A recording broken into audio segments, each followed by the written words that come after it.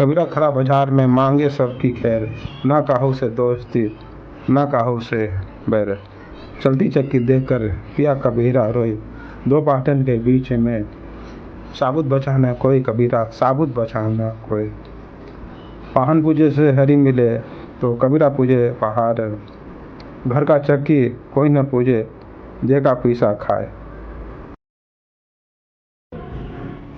ओम श्री सद्गुरु है नमः। सभी दर्शकों और भाई बहनों को मेरा हृदय से नमन प्रणाम। आज के वीडियो में मैं आपको कबीरदास महाराज जी की जीवनी के बारे में बताना चाहता हूँ। वैसे तो उनका जीवन रहस्यों से भरा हुआ है, लेकिन कुछ रहस्यों से मैं पर्दा उठाना चाहता हूँ।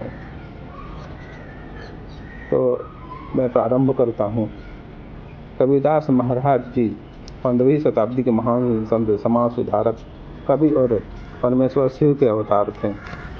वे अंधविश्वास, व्यक्ति पूजा, ढोंग, पाखंड और आडंबर के पक्के विरोधी थे। वे हिंदी साहित्य के भक्ति काल के रहस्यवादी कवि थे। वे राम के परम भक्त थे और उनके गुरु का नाम रामानंद जी था। वे ईश्वर की सर्वोच्च सत्ता में अटूट विश्वास करते थे। वे ईश्वर की भक्ति मन से और पवित्र भावना से करने में विश्वास रखते थे। उनका कर्मकांडों पर विश्वास नहीं था, क्योंकि उस समय जातीय भेदभाव, शोषण, अत्याचार की वजह से भारतवर्ष की एक बड़ी जनसंख्या अशिक्षित एवं अनपढ़ थी, जिसके कारण वे कर्मकांड को निष्पादन करने में सक्षम नहीं थे। उनका मत था कि ईश्वर का नाम पवित्र मन से, श्रद्धा से एवं सच्ची भावना से लेने पर वे शीघ्र ही प्रसन्न हो जाते हैं। उनका जीवन अत्यंत ही सरल सहज था। उनका जीवन सादगी से भरा हुआ था। उनका जन्म विक्रम संवत 1455 में हुआ था। उनका जन्म रहस्यों से भरा हुआ है। कुछ लोग कहते हैं कि वे एक विधवा ब्राह्मणी की नाजायज संतान थे, तो कुछ लोग कहते हैं कि वे अनाथ हैं, लेकिन सच से कुछ लोग ही परिचित हैं। सत्य यह है कि वे परमेश्वर शिव जी के पूर्ण अवतार थे। कलयुग में धरती पर धर्म की रक्षा हेतु एवं विशेषकर मुसलमानों को ईश्वर के बताए गए पथ पर लाने के लिए वे आए थे। इस कार्य में उन्होंने बहुत हद तक सफलता भी पाई। उन्होंने हिंदू और मुसलमानों दोनों को नेक रास्ते पर चलने के लिए प्रेरित किया। उन्होंने अपने दोहे के माध्यम से लोगों को पवित्र मन से, सच्ची भावना से ईश्वर की भक्ति करने का अनुरोध किया। उन्होंने अपने दोहे के माध्यम से हिंदू धर्म के लोगों को समझाया कि पाहन पूजे हरी मिले तो कबीरा पूजे पहाड़, अर्थात लोग बेमन से मूर्ति की पूजा करते हैं, जिसके कारण उन्हें भगवान की प्राप्ति नहीं होती है। उनका कहना था कि मन से हरि का ध्यान कीजिए और नेक कर्म कीजिए, अर्थात पीड़ित मानवता की भलाई एवं परोपकार में लगने पर भगवान शीघ्र प्रसन्न होते हैं। जब मन में मैल है तो कर्मकांड करना व्यर्थ हो जाता है। उन्होंने मुसलमान समुदाय के लोगों को समझाया कि काकर पाथर जोड़ी के मस्जिद लई बनाए, ता चढ़ी मुल्ला बाग दे क्या बहरा हुआ खुद आया, अर्थात ईश्वर की भक्ति या पूजा शांत मन से करें। हल्ला करने पर ईश्वर हम पर प्रसन्न नहीं होते हैं, अपितु नाराज जरूर होते हैं। कबीरदास जी महाराज मन की पवित्रता एवं आचरण की शुद्धता पर विशेष बल देते थे। उनका कहना था कि ईश्वर आपके अंदर है, किंतु आपकी अपवित्र भावना एवं अशुद्ध आचरण के कारण वे प्रकट नहीं होते हैं। इस परिप्रेक्ष्य में उनका एक प्रसिद्ध दोहा है, जो तिल माही तेल है, जो चकमक में आग, तेरा सही तुझ में है, जाग सके तो जाग। अंधविश्वास, बाह्य आडंबर, कर्मकांड एवं जातीय शोषण का विरोध करने के कारण उन पर अनगिनत जानलेवा हमला हुआ, किंतु परमेश्वर के अवतार का कोई बाल भी बाका नहीं कर सकता है। परमेश्वर ने उन्हें मुसलमानों को ज्ञान देने के लिए धरती पर अयोनिज रूप से भेजा था, अर्थात वे माँ के पेट से नहीं जन्मे थे, बल्कि ईश्वर ने उन्हें अपने संकल्प से गढ़कर कमल के पुष्प पर तालाब के मध्य छोड़ दिया था। वह ब्रह्म मुहूर्त का समय था। सन 1398 को ज्येष्ठ मास पूर्णिमा के ब्रह्म मुहूर्त में काशी के लहरतारा नामक तालाब के मध्य एक कमल के पुष्प पर एक बालक रुदन कर रहा था। नीमा और नीरू नाम के दंपति उस तालाब में स्नान करने के प्रयोजन से आए हुए थे। ईश्वर की प्रेरणा से वे उस बालक को तालाब से निकालकर अपने घर ले गए एवं पालन पोषण करने लगे। कबीरदास आजीवन जुराहा का काज करके अर्थात कपड़े की बुनाई करके अपने एवं अपने परिवार का भरण पोषण किए। उस समय हिंदू समाज में मुसलमानों को अशुद्ध समझा जाता था क्योंकि वे लोग गौमांस खाते थे। इसी बदनामी से बचने हेतु कबीरदास की निर्मल एवं पवित्र आत्मा ने मुस्लिम माता के गर्भ से न जन्म लेकर अयोनिज रूप से परमेश्वर के आदेश पर पृथ्वी पर अवतरित हुए और मुसलमानों के साथ साथ हिंदुओं को भी परमात्मा का संदेश दिया। वे बलि प्रथा एवं कुर्बानी प्रथा का विरोध करते थे। वे जीव हत्या, मांसाहार एवं आखेट को गलत कृत्य बताते थे। उनका कहना था कि सभी जीव जंतु एक परमात्मा के अंश हैं, अतः हमें बेवजह किसी भी जीव जंतु की हत्या नहीं करनी चाहिए।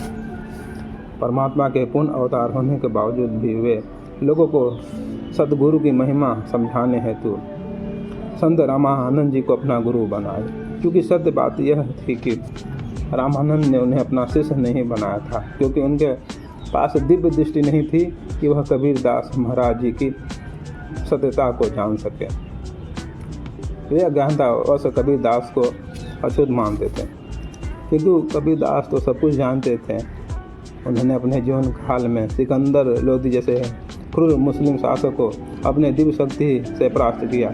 अपने ज्ञान शक्ति से उन्होंने माता सरस्वती से शास्त्रास्त्र में पराजित न होने का वरदान प्राप्त महाज्ञानी पद्मनाभ को परास्त कर दिए थे, क्योंकि उनके पास परमेश्वर की शक्ति थी।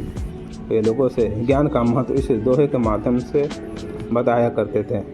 जाति न पूछो साधु की, पूछ लीजिए ज्ञान, मोल करो तलवार की, पढ़ रहन दो म्यान। अर्थात उस समय के लोग जात पात में इतने लिप्त हो गए थे कि संत को भी जातीय दृष्टि से देखते थे, लेकिन उन्हें तो उस ज्ञान की बात जाननी चाहिए थी। ज्ञान की प्राप्ति हेतु वे गुरु बनाने या गुरु दीक्षा लेने पर विशेष बल देते थे। यही कारण था कि महाज्ञानी होने के बावजूद भी वे जबरदस्ती रामानंद जी को अपना गुरु बना लिए थे। रामानंद एक अछूत को अपना शिष्य नहीं बनाना चाहते थे। कबीरदास जी ने उनसे दीक्षा लेने की बहुत कोशिश की, किंतु रामानंद जी उन्हें माना कर दिए थे। लेकिन कबीरदास भी कहाँ मानने वाले थे। वे भोर में उस तालाब के घाट पर लेट गए जहाँ पर रामानंद जी प्रतिदिन ब्रह्म मुहूर्त में स्नान करने आते थे।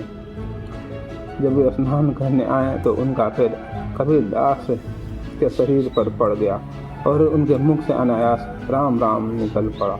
उनके मुख से राम नाम सुनकर वे भी राम राम बोल पड़े, जिससे उनके जीवन में गुरु दीक्षा की संज्ञा दी जाती है। कबीरदास महाराज गुरु को परमेश्वर से भी बड़ा मानते थे, जो उनके इस सुंदर दोहा से झलकती है। गुरु गोविंद दो खड़े काके लागो पाए, बलिहार ही गुरु आपने, जिनने गोविंद दियो बताए कबीरा, जिन्हें गोविंद दियो बताए।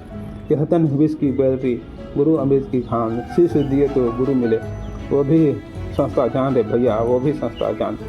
सब धरती कागज करूँ, लेखनी हर वन राज, सात समुद्र मसी करूँ कि गुरु गुण लिखा न जाए कबीरा, कि गुरु गुण लिखा न जाए। कबीरदास जी महाराज ने आजीवन धर्म की रक्षा एवं मानवता के उत्थान के लिए कार्य किए। अनेकों को अपना शिष्य बनाया और उन्हें भी मानवता की भलाई के कार्यों में लगा दिया। उन्होंने अपना संपूर्ण जीवन मानवता महादेव के लिए होम कर दिया। उन्होंने सभी को अपने गले से लगाया। उनके पास जो भी गया वो खाली हाथ नहीं लौटा। अमीर गरीब ऊंच नीच, राजा प्रजा, चोर साधु, सभी लोगों को उन्होंने अपने गले से लगाया और उनका कल्याण किया।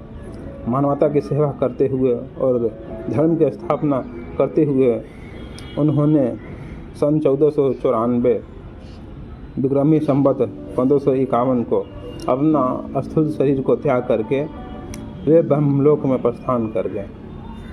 उनके शिष्यों में हिंदू और मुसलमान दोनों थे।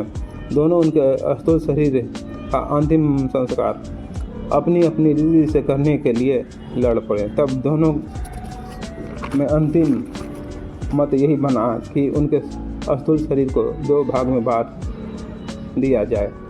एक भाग हिंदू शिष्य एवं दूसरा भाग मुस्लिम शिष्यों को सौंप दिया जाए और दोनों अपने अपने रीति से उनका अंतिम संस्कार करें। ऐसा विचार करके जब उनके शिष्य उनके स्थूल शरीर पर से चादर हटाएं तो वहाँ पर स्थूल शरीर की जगह फूलों का ढेर था, जिसे दोनों मत के शिष्यों ने आपस में आधा आधा बांट लिया। हिंदुओं ने उस पुष्प को दफनाकर मंदिर बना दिया और मुसलमानों ने उसे दफनाकर मजार बना दिया। आज भी काशी के नज़दीक मगहर में उनका मंदिर और मजार दोनों मौजूद है, जहाँ पर कबीरपंथी एवं उन पर श्रद्धा रखने वाले लोग पूजा करने एवं माथा टेकने अवश्य आते हैं। तो भाइयों और बहनों, कबीरदास जी महाराज का जीवन मानवता की सेवा में आजीवन लगा रहा।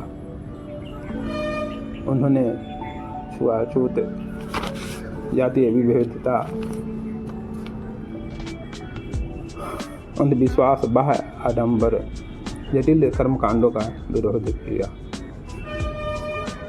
वे सच्चे मन से सिर्फ राम नाम लेकर